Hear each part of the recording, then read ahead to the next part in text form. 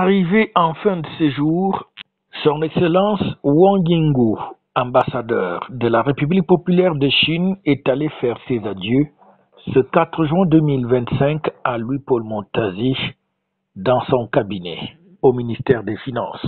Occasion pour les hommes de revisiter les années passées au Cameroun à redynamiser la coopération entre la Chine et le Cameroun.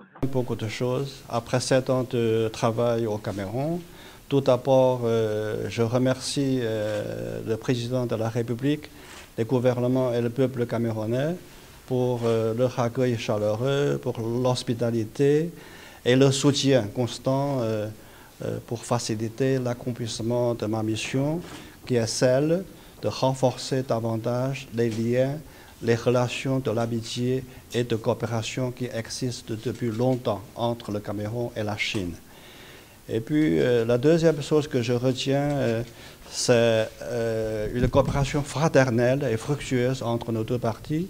Ensemble, nous avons réalisé beaucoup de projets de coopération, et ce, dans beaucoup de domaines. Dans la réalisation et l'application de tous ces projets de coopération, nous avons pu avoir l'assistance et le soutien et la participation active de nos partenaires et de nos amis camerounais, sans lesquels nous n'arriverons pas à réaliser le résultat. Je n'ai jamais eu de problème dans votre pays, et j'ai pu constater que le Cameroun est un pays très important et il joue un rôle international. Et il est aussi locomotive économique dans la sous-région.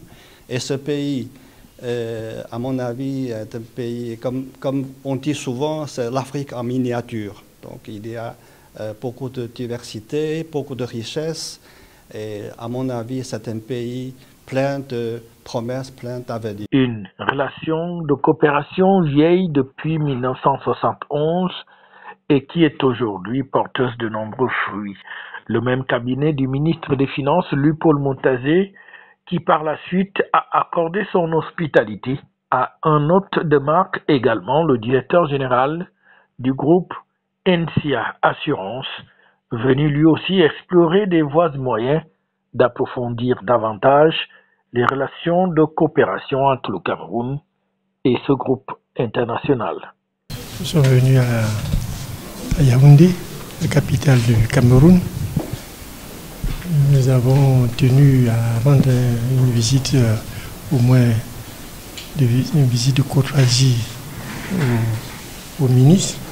Mais comme nous sommes des opérateurs économiques qui sommes déjà présents au Cameroun, à NCA Assurance et NCA Assurance Vie, nous avons voulu en parler un peu au ministre. Il lui fait part aussi de notre souci de nous développer un peu plus encore dans le secteur financier, en regardant un peu du côté de la banque ce que nous pouvons faire pour accompagner l'économie camerounaise, comme nous faisons en Côte d'Ivoire par exemple.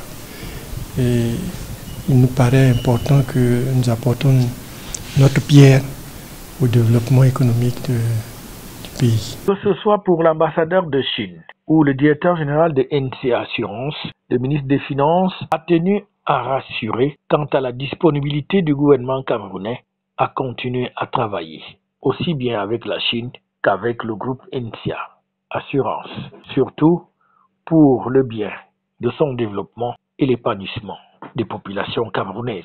FH News, votre télévision.